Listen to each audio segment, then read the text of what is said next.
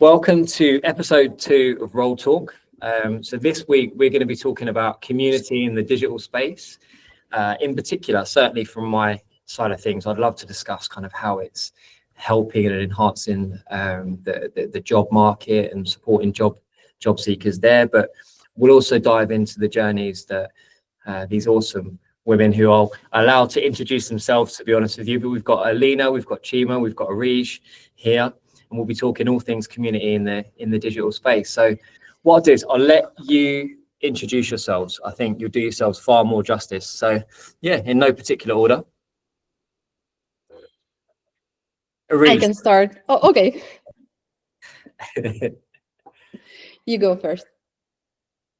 Okay. Yeah, I'm Areej, and I'm the founder of Women in Tech SEO. It's a community for women and people of marginalized gender and in the SEO space with a focus of the technical side. I did SEO for a little over 10 years, and then I moved on to the community world. And a very, very long time ago, I used to work with the wonderful JC when I was agency side. Really? I had no idea. Yeah. A lifetime ago now, right? I think to be fair, we are talking like 7 or 8 years. Yeah. But yeah, Alina. Sure. So my name is Alina Moskalova. I'm from Ukraine. I've been in the digital marketing space for the past, I think, 13 years. But my latest experience is running Digital Olympus Slack community. It's an in-house. It's like a very niche community for the in-house content marketers and digital PR experts, but I also run partnerships for Linked Helper. This is actually my full-time job now. It's a lead generation tool for LinkedIn. But I think community is like the biggest part of this discussion, so let's keep it mostly community focused. Yeah. Okay. So my name is Chima Mmeje, and I am the founder of the Freelance Coalition for Developing Countries. It's a UK nonprofit that provides free training, resources, and support for marketers of color, most of whom are based in developing countries. Thank you. All right, so what I'm going to do is I'm going to throw out some generic questions, and whoever wants to grab them, we'll do that, and then we'll kind of talk about personal journeys after. But it's fair to say, I think all of the communities that we'll be talking about today have come a long way since their origins. But so what inspired you all really to start your community? Yeah, I'm happy to start. I think for me, I'd been doing SEO for a little over 5 years, and there was just like a lack of sense of belonging and representation, especially in the technical SEO space. When I went to a lot of conferences, I didn't really see people who looked like me taking the stage. And so it was this, I feel like there was such an exclusivity around membership clubs and groups and people gathering together, and you had to have hit certain goals, such as being a public speaker, an agency founder, so on. So I did it purely from to find people who felt like me and to feel like I still belong within that industry. And yeah, that's kind of how it started from my end. And the purpose was always, it doesn't matter what level of experience you have. You could be someone who's a pure beginner, or you could be someone who's very advanced. And there's something just so beautiful about bringing all those people together in one group so that they can all support one another. Yeah. Oh, sorry. You were talking, James. No, so it's my fault. Do you know what? What I'll do is we'll go in order next time. That's my fault. But yeah, go on, Chima, go for it. The question is how I started the community, right? Yeah, that kind of what sparked it. What was your, I guess, inspo? Yeah. So I was living in Nigeria when I started the FCDC. Actually, it wasn't even called the FCDC. It was not called anything. I remember it was 2020. It was lockdown, and I had lost all my clients that year, and I was really struggling to find work.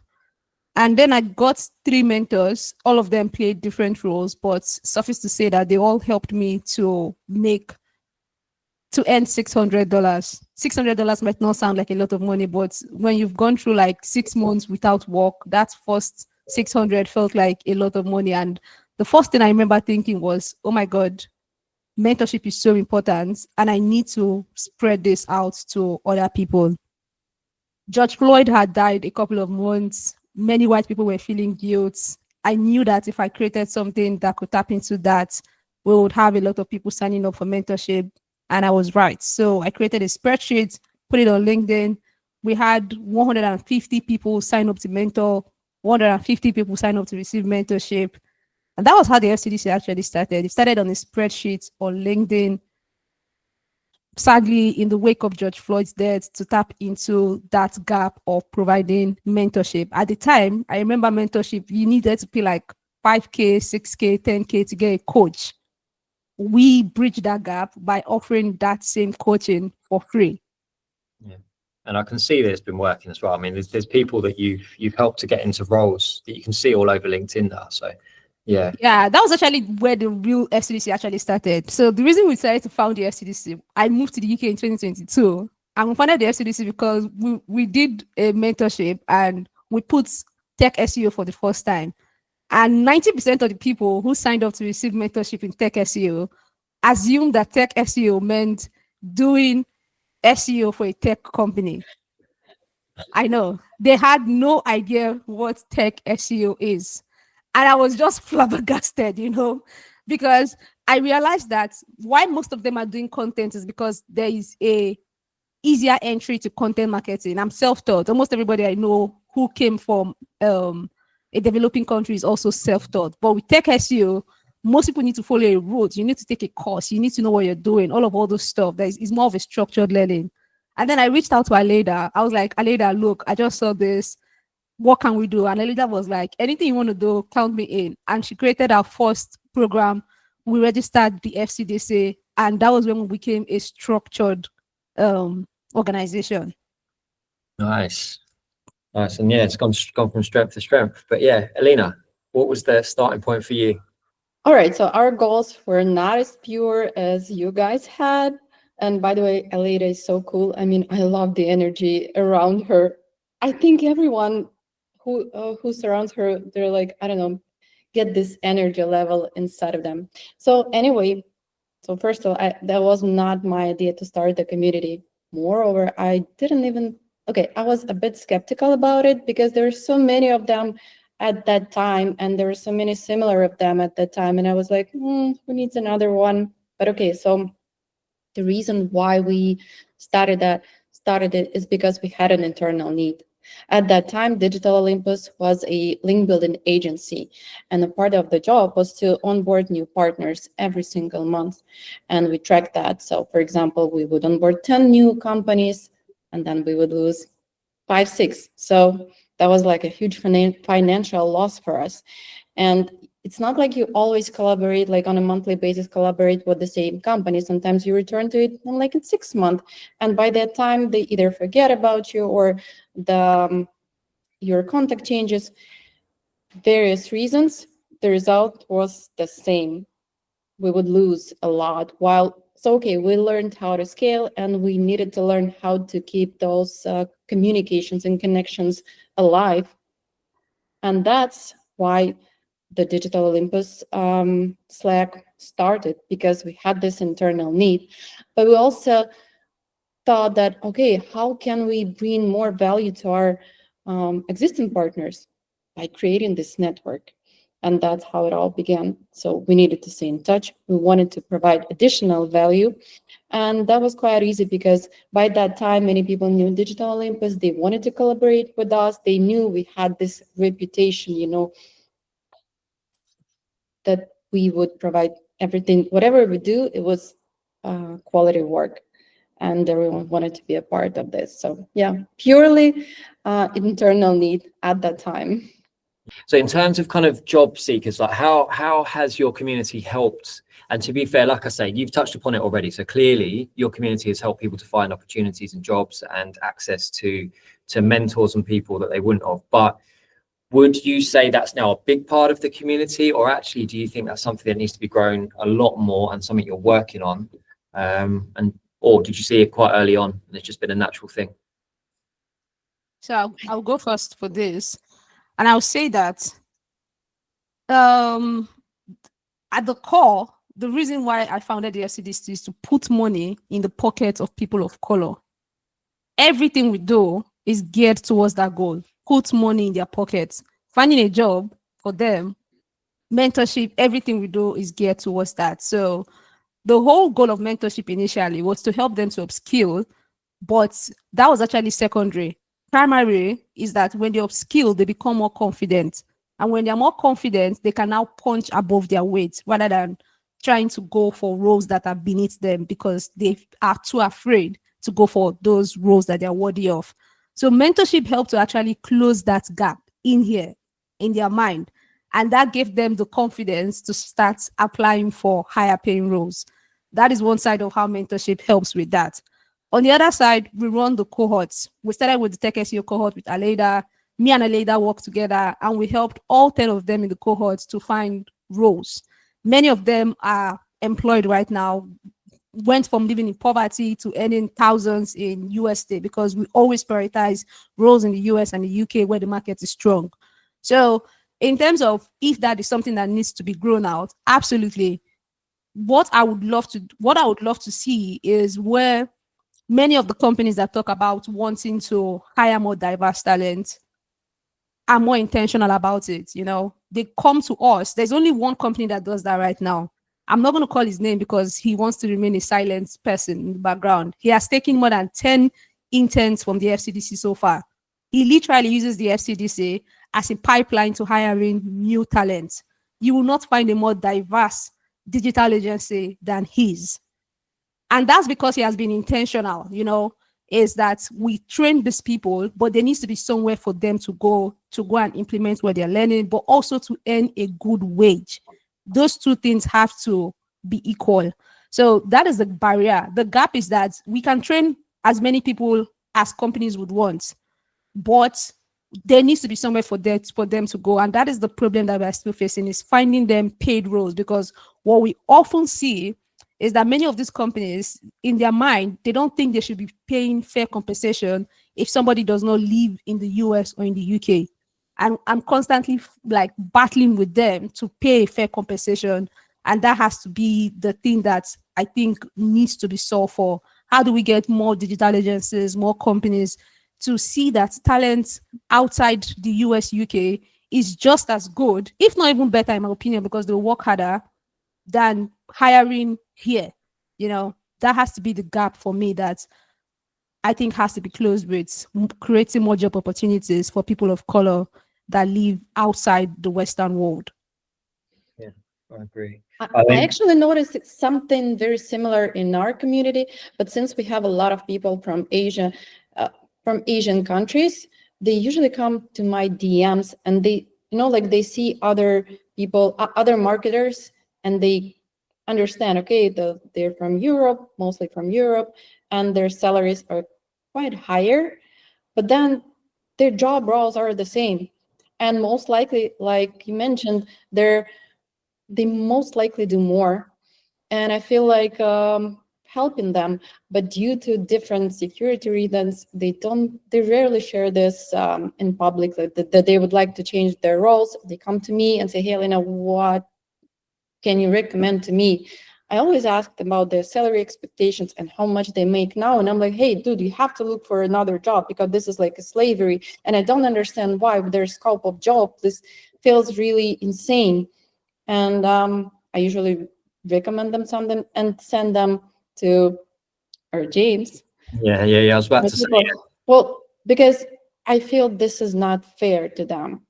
Yeah, I agree. I mean, I'm having these conversations all the time, and when I'm packaging up a CV and writing up all their details, and I know somebody might require visa sponsorship or something or other, I find myself like really having to not even oversell in terms of skills, because their skills can't be denied, but really trying to justify why I'm sending over versus someone in the UK. And I think, Chima, you're right. There aren't many agencies there are many that pay lip service, but there aren't many agencies that will actively take people either from overseas and sponsor or have them located overseas.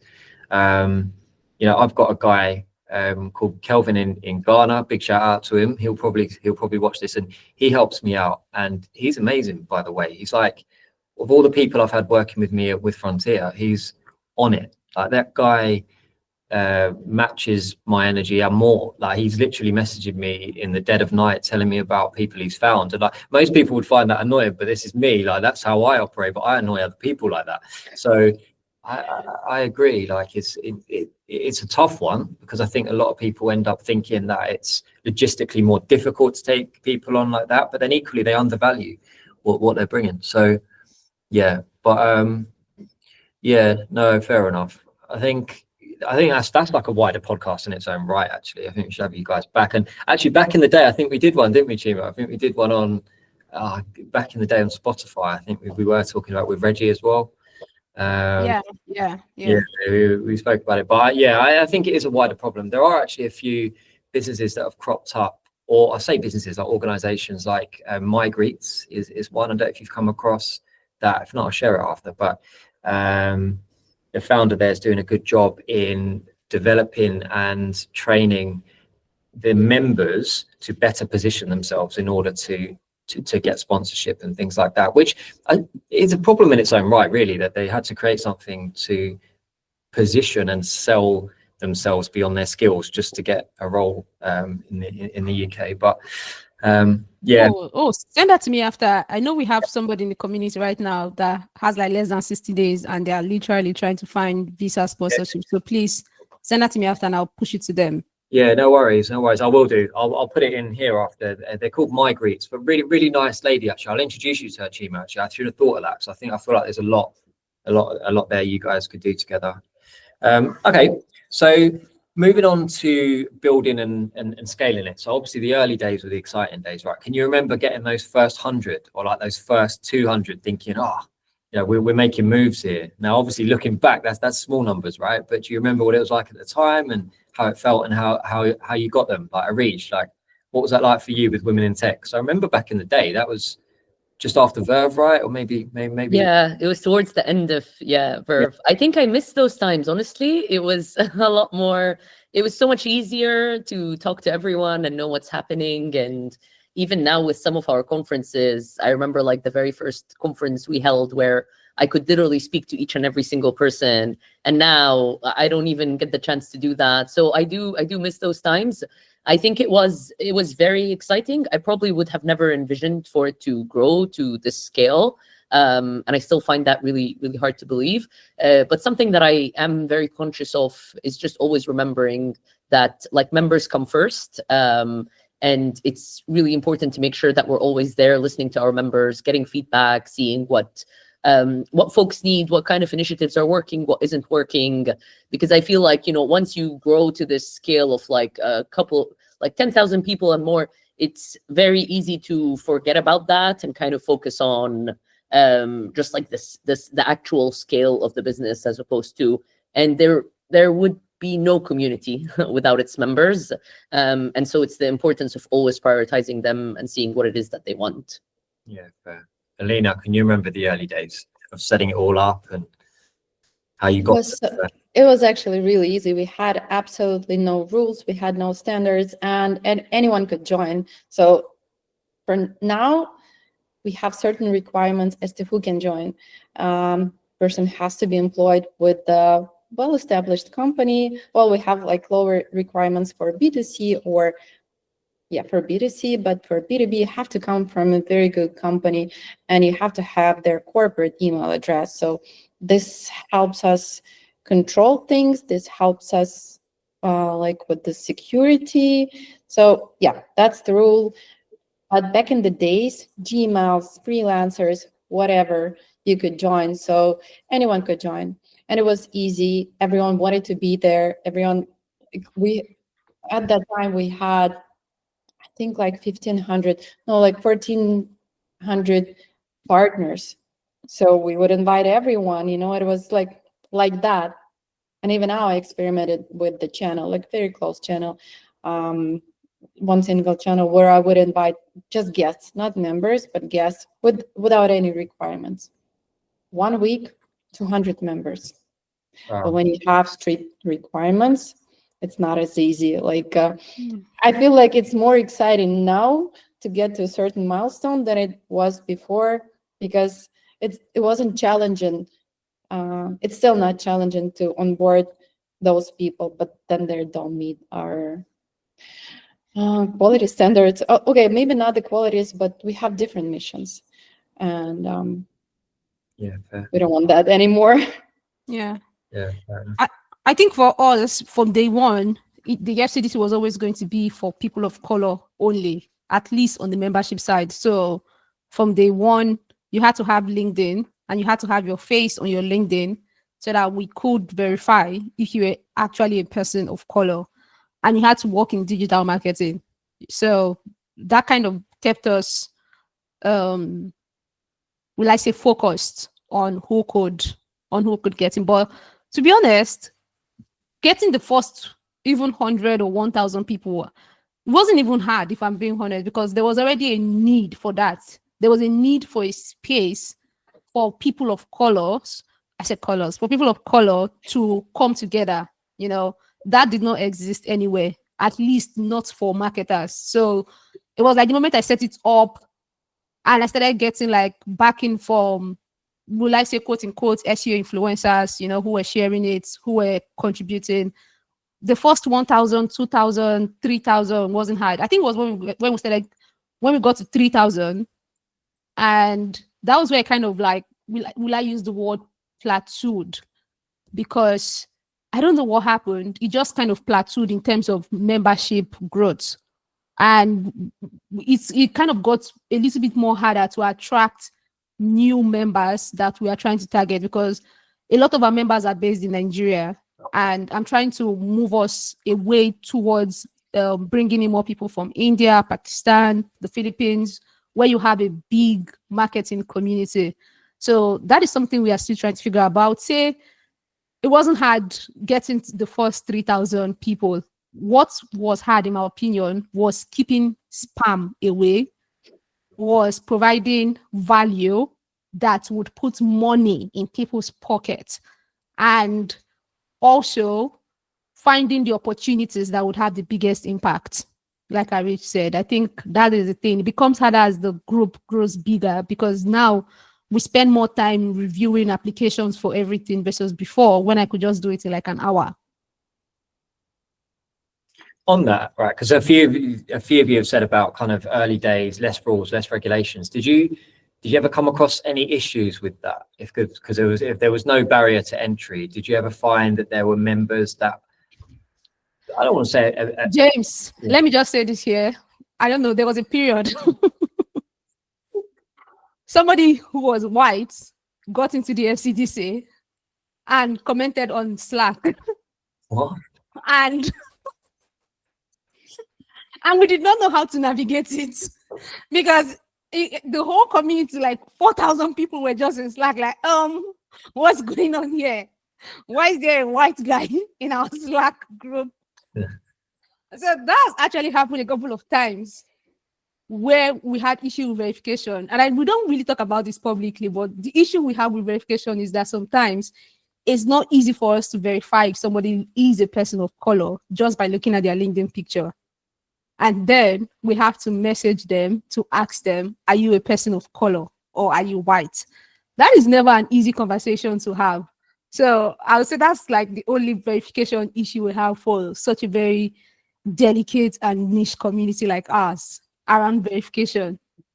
Yeah, fair enough. What about Alina? Because you mentioned how it's kind of not Wild West, but it was kind of, there was no barriers. But did you find that you had to kick anyone out, basically? I think that's the juicy bit I'm trying to get to. I'm just nosy. Look, spam, it has always been an issue for us. And at the time, with no barriers, it was just a massive amount of spam in the community. And, you know, there are two groups of members, very, like, let's say, content marketers who have a long list of responsibilities, and they're really busy people. And you come, you want to enjoy some fresh information, fresh communications, like new connections, and then someone spams you. There are many people that spam you with very unprofessional messages, with very transactional messages. Would you want to stay there? Probably not. And that's why we try to keep it really niche, really closed. And for us to verify is actually having the corporate email address that as I mentioned, that somewhat gives us control over who we onboard, because we also pre-qualify everyone. We check their LinkedIn and what they post or don't post. We check their corporate email ID. And if we see something suspicious, we would not onboard such person, because most likely that's going to harm the community and the reputation. And we don't want to be associated with those kind of people. So yes, spam has always been a problem. Right now, it's less disturbing, because whenever I go to the Slack analytics and I see some very suspicious number of messages sent from one account, I say hi and say, hey, look, what's going on here? Tell me. Yeah, they're out there selling their links. That's what's happening. And also, here's the one thing that we changed recently. So before, for the navigation purposes, we had this very interesting thing. So I would be Alina from Digital Olympus, or Pankaj from Sales Handy. So it was really cool. You could see who joins from which company. It was really easy for the collaboration purposes. And we also encourage different types of collaborations. I think that there are endless opportunities for different companies to collaborate with one another. But smart people found this like a way around to not to be in exclusive channels, and they would just spam people. They would go see the list of members in different channels and just message them. But hey, if I joined on behalf of Digital Olympus, it doesn't scream or yell that I want to be engaged or be sent some, like very transactional messages. And some people don't even say hi. That, for me, every single time when I see this, come on, you meet someone on the street, you don't say hello, Alina, or just hi, No, But that has to do with the persona that we onboard. So Yeah. that is solved. That is easily solved. Yeah, fair enough. Were there any points, Areej, were there any points with women in tech where you felt, I know it's getting a bit deep, right, but you felt like giving up? Was there a point, like a flash point, when you were thinking, is this worth it? Yeah, I think that happens all the time, to be honest. Sometimes I think one day I'm just going to wake up and decide to shut shop and piss everyone off. I find it really, I think it's really hard when you work on a project that is very aligned with your personal values. So then when things aren't going right or when things go wrong, it's very, and I'm sure JC, you can you can totally understand that as well, because then you can take it quite personally. So if there are any challenges or problems that happen or that arise, like, it just kind of makes you feel like, yeah, you're putting all this time and effort into something that has a very built for good, and the purpose and the mission behind it is for good. And then when you see some people kind of like, whether it's taking advantage of that or not making the most of it, or not being aligned with our values, which, I mean, to answer the previous question, we have had a very strict code of conduct from the very, very early days, and it has worked really well in our favor. We don't even have a warning system in place. If someone breaks a rule, they're out. And I think it might feel fairly strict, but I know that it has helped ensure that there's like minimal issues that arise in the community. But something I do talk to our members a lot about is this idea of giving and taking, and the importance of that. I think, unfortunately, there are the members who kind of do a bit of both. They both give and take, are, those are your, they're incredible, they're amazing. You want to make sure you retain them, and you want to make sure that you keep them happy. But then there are a large number of members in any community who would be just taking. And so then that causes this imbalance. And it just doesn't vibe with the feeling of community.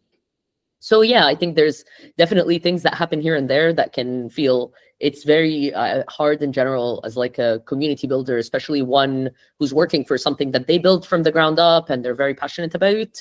But then there are beautiful stories that happen all around. I mean, your question around, job seeking and recruitment, to even take it to another level, we've had founders meet each other in the community, like the wonderful Tori and Sam from Grey Dot, they met each other on WTS, and then they ended up co-founding a company together that they now run. So it's just beautiful things like that. Like when you see the impact of that, and then it's like, oh, it's, you know, it's all worth it. But something I've told myself a long time ago is you're not going to make everyone happy, and that's okay. And you know, but you will be helpful and productive for a lot of other people, and that's what matters. And I think it's just work that we need to do on a personal basis to try our best to not take things personally. Yeah, I think I second that, and I forget that daily though, to be fair. I think when it comes to recruitment, for example, the temptation is to try and help every single person, but then inevitably you're going to end up letting some people down, right? And they're not going to know that that's happened because you were trying to stretch yourself thin. But yeah, that's something that I've been struggling with since setting up a business, and I don't know if I'll ever get any better at it. But yeah, I second it basically. Yeah. Okay.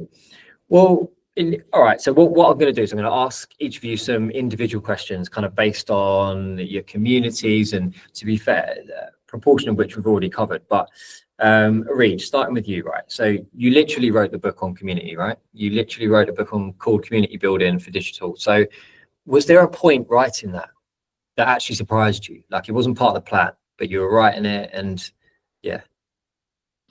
Yeah, I mean, so yeah, I wrote a book that got published in March. I always say the hardest thing I've ever done in my life, more hard than giving birth to a child, is writing that book. I would never, ever do it again. It just took so much time and effort, and the imposter syndrome is very real while you go through like writing something. I think the thing that probably like surprised me the most is in the very beginning, in the part about like launching your community. I talk about the importance of every community having like a vision and mission, just like you would with an organization. Like you'd have a vision statement, you'd have a mission statement, you'd have like your defined values. And then I realized we never even sat down and did this for WTS. And this is like 5 years down the line. And then I remember jumping on a call with Erin, my managing director, and I think we had like a 4-hour call where we ended up like sitting down and like mapping out what that would actually look like for WTS. And it did give us like a lot of clarity at that point. But it is funny because in the book, you know, I do talk about the importance of this being like one of the first things that any community needs to start by doing. And then we were like 5 years in and hadn't even done that yet. Yeah, fair enough. Okay, Chima. So obviously the Freelance Coalition, right? It's all about empowerment that we spoke about earlier. But how do you go about deciding what training or mentorship each individual needs? Or actually, is it actually impossible to do it like that? Has it got to the point where it's larger and you've had to come up with bigger plans for groups of people? Man, if we did it for what each person need, we'll need to hire a whole team for that. So what I usually do is that we use the data that people enter when they join the community to determine who are the largest groups of people, and that is how we tailor the mentorship. So most of the people in the FCDC, probably 70% are content folks. So either content writers or content strategists, just content people. 20% are tech SEOs, and then the remaining 10% are designers and developers. So the core of the program is tailored to all the different content and SEO tasks or roles, because that is where the core of the community is. But outside of that, the way we tailor our programs is around how do we help people upskill based on existing knowledge gaps. So right now, I realized that we have developers in the community, for example, but many of them have imposter syndrome, and the imposter syndrome keeps them from shooting for more. Like there's one person who is coming into our dev cohorts. I was looking at her LinkedIn and she has probably done like 4 internships. And I'm like, why have you done so many internships? You know, is imposter syndrome that makes you think that you need to keep doing as many internships as possible so that you have this bulletproof resume when you go and apply for roles. So that is why we started a dev cohort, for example, now, where they will learn with Colin Gray from Shopify, and at the end of it, they'll go do an internship, and after the internship, immediately into full-time roles. That has to be the last internship you ever do in your life, you know. So it's always based on where's the gap, not just gap in terms of skill, but gaps in terms of mindsets, because a lot of the time the mindset is actually even the bigger one than the skill gap. And where is the need?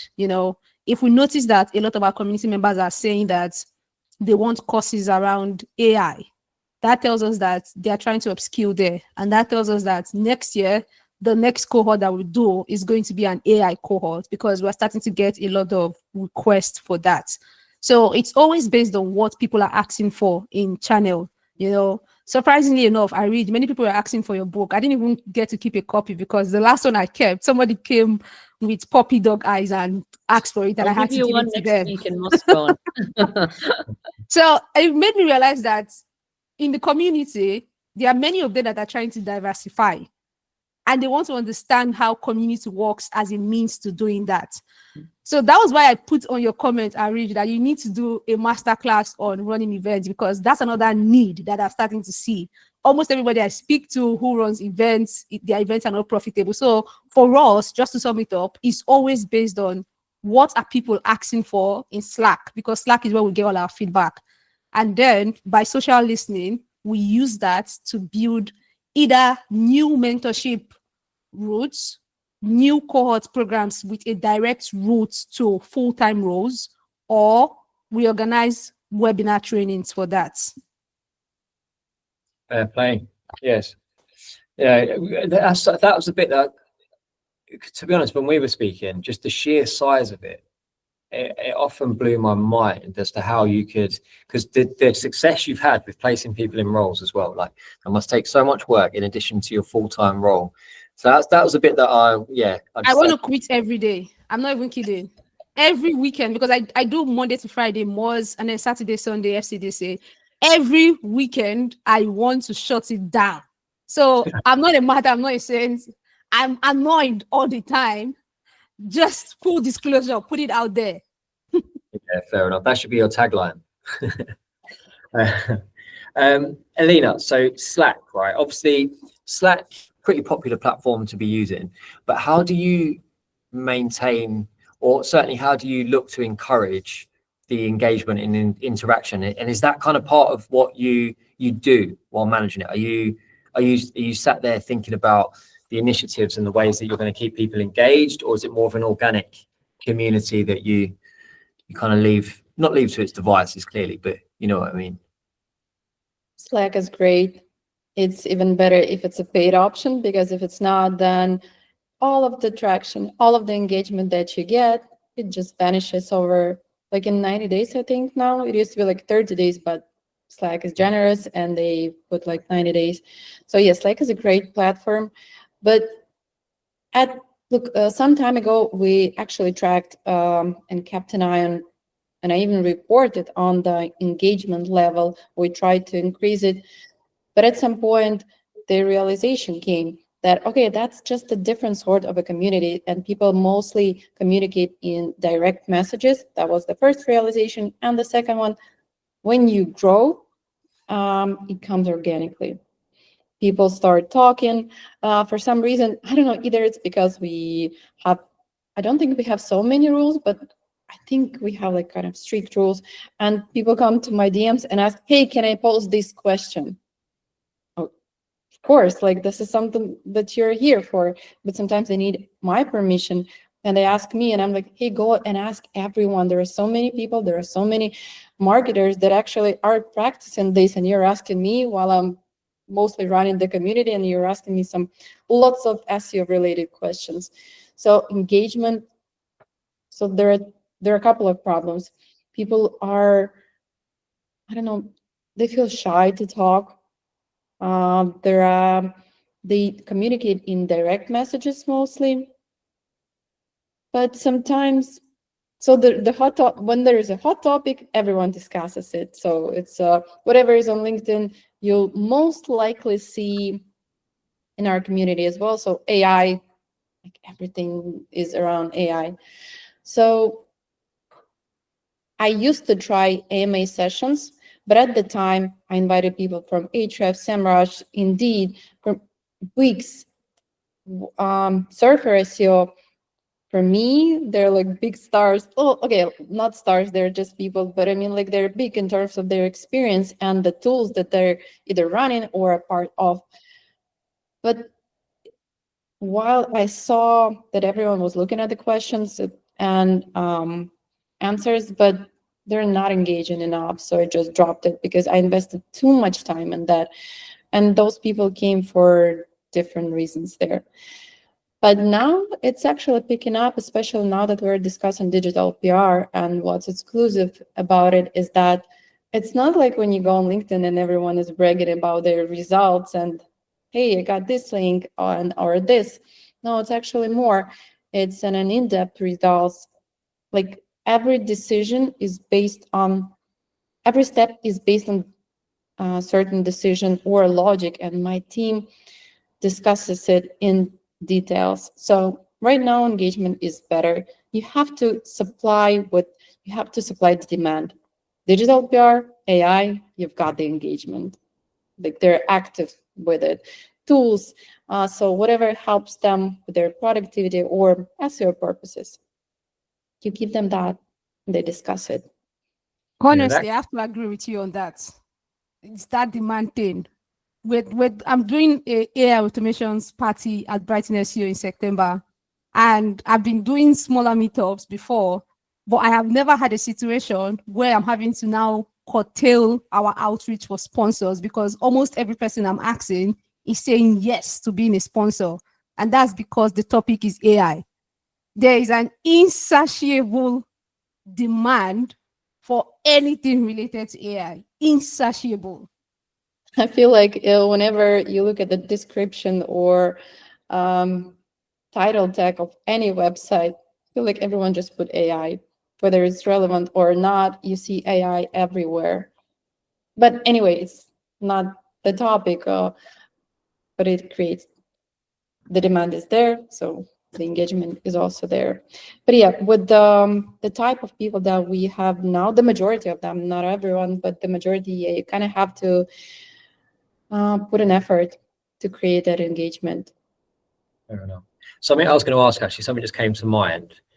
Do you think your communities are safe spaces away from the likes of LinkedIn and Twitter, which I know that's absolutely a bit of a hole at the moment, but do you think they see them as safe spaces? Because you were talking about DMs more than kind of public sharing, so it's clear that kind of certain people are, and to be fair, to a degree, I'm the same. They don't necessarily want to share everything in public. And obviously Twitter's a bit exposing, right?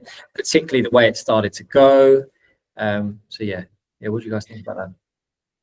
I think so. Well, for us, absolutely. Okay, whenever it becomes not too safe, I get messages from members and they say, hey, look, I see this suspicious member. Can you do something about them? But mostly, no, it's fine. Like people are trying to keep up with the rules. And once again, since we onboard only people from, well, like digital PR experts, they can come with Gmails, and because mostly they're independent people. But for most of the part, we onboard people from corporate environment, and they have certain mindset, so that sort of protects us and others. I think there's something Areej has in WTS that I think will be beneficial, Alina, if you add it in your Slack community. And Areej always says there are no dumb questions. I know. Putting it out there really encouraged even me when I was still like learning about SEO. Every time I want to say, oh, this is too dumb, I remember that thing, and it encourages me to ask. It encourages so many people, even in FCDC, who are also in WTS, to ask questions. But it's something you have to reinforce until it's built into people's mindset. Something you have to pin, probably in channels, if you want to get people to start being engaging. They need to feel like no question they ask will feel dumb. It's also something that I try to reinforce in the FCDC, that ask any question, somebody is always going to want to help to answer, because people feel good helping to answer questions. But it definitely has to be reinforced. It definitely has to be put out there regularly, not like one time, regularly letting people in the community know that there are no dumb questions. That's the Yeah. thing I feel like makes them feel really safe. We have it as one of our community rules, and which, any new members that we onboard, we share with them the community rules. But also, when someone does ask a question that starts with, "Oh, sorry if this is silly, sorry if this is dumb, la la la," in the beginning, I would always reply back and say, "Oh, can you please edit this message to remove this, because that's actually against our community rules." And now other members, like before I even have the chance to go in and say that, other members are the ones who are going in, replying back, and reminding people, actually, community rules in WTS are there, no such thing. So it's almost like you model it at the start, and then over time, like, your members start to take it. But yeah, it's interesting hearing you talk about, DMs and so on. We don't really have a lot of DMs in WTS. Most of the conversations happen on public channels.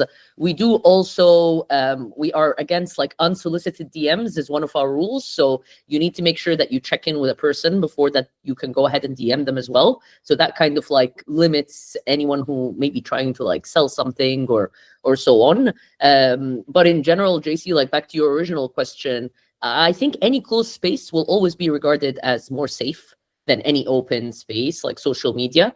There is a lot of trust and reliance that people have on like the community moderators and builders and founders that this space is going to be safe for us through like the code of conduct and the rules that we have. And then people kind of come in, and if they don't feel safe, they're just going to leave. You're not going to be able to retain them at this point.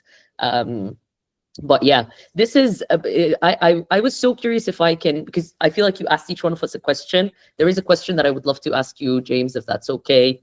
And it's purely around, I love your approach in terms of wanting to partner up with communities. I feel like you are ahead of the game in that, and you just understand that this is literally the future.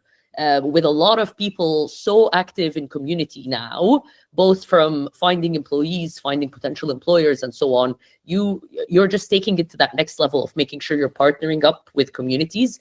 And I just love to hear from you, and I think a lot of people would, like, why do you feel this is where like recruitment is moving to the shift, as opposed to like some of the old ways of how things used to work? I think, firstly, I wish we'd have had the similar communities back in the day. I mean, I'm old, so we're talking like 2007, 2008 when I kind of got into the space, and there were no safe spaces. There was an infamous Facebook group, like an SEO one, and to be honest, it was the most hostile place I've ever seen. But it was the one place I could ask questions, but that's all I had to really go on. And then I just started to network a lot, and then you kind of build your own little mini communities on maybe WhatsApp or or Facebook. You create like a little, but even then there was nothing consistent. So firstly, that's one of my motivations. But secondly, it's because entry-level people getting into the space right now, it can be intimidating. It's become the norm now to peacock, for want of a better way of putting it, to kind of show your wares, to shout about.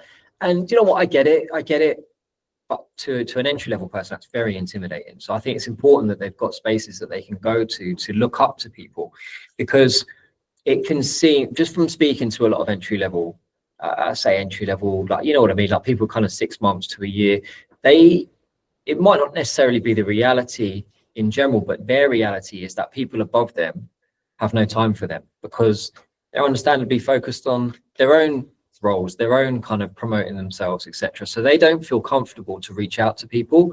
There are like exceptions to the rule, and I think those people will always get further ahead because they don't have that fear. So yeah, to be honest with you, to answer that, I think that those are the main drivers, really, giving people safe spaces. And we've seen, obviously, Areej, we've worked together on particular jobs. We found somebody recently a role off the back of the community, and again, that person, I may have never engaged with them otherwise, because they even said by their own admission they don't actively apply for roles. They don't necessarily trust recruiters, to be honest, and I don't blame them. So, like, half the reason I got into recruitment was because I wasn't satisfied with the experiences I was getting. So yeah, those are the main drivers. But also the marketers of tomorrow, right, are the juniors of today, and they need to be around people that are they need to be around people that are motivated by the development of others, the achievements of others, celebrating others. And I think remote work has brought about so many positives, and it has, and I'm not, I'm in complete favor of it, but I will always maintain the flip side is that junior people have suffered, and they don't always know it, they don't always recognize it, but they start to recognize it once they're 3-4 jobs deep in 2 years, into their careers.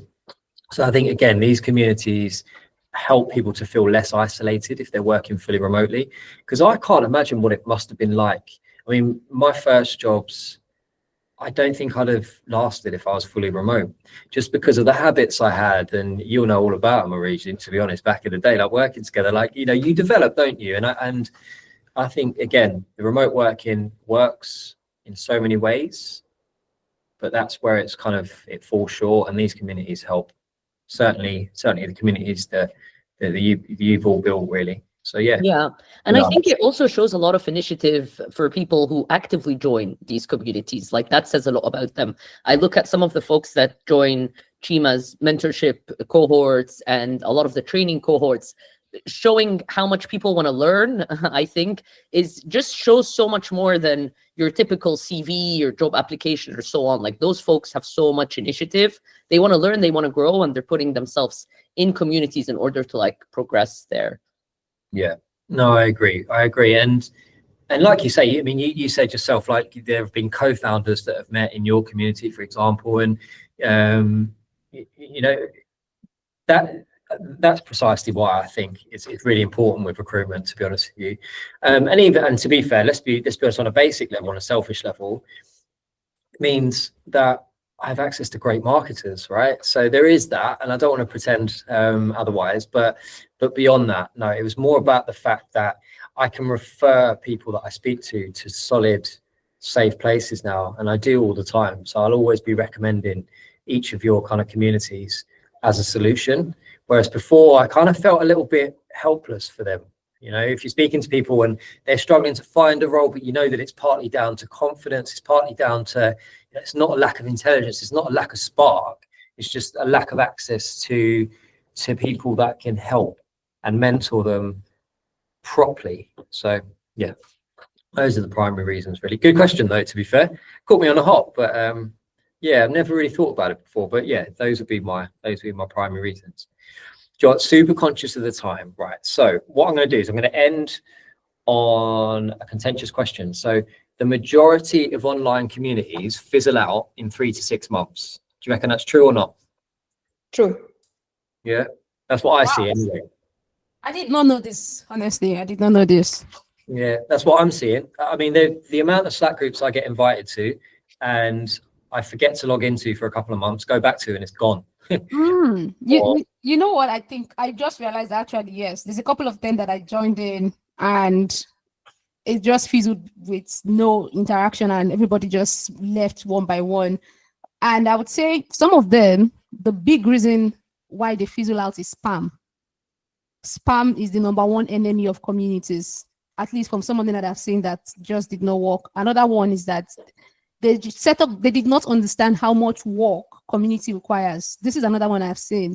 They think that you can just set up a Slack group, people join, and it just takes care of itself. They don't understand that running communities is hard work. It's very hard work that requires a lot of time.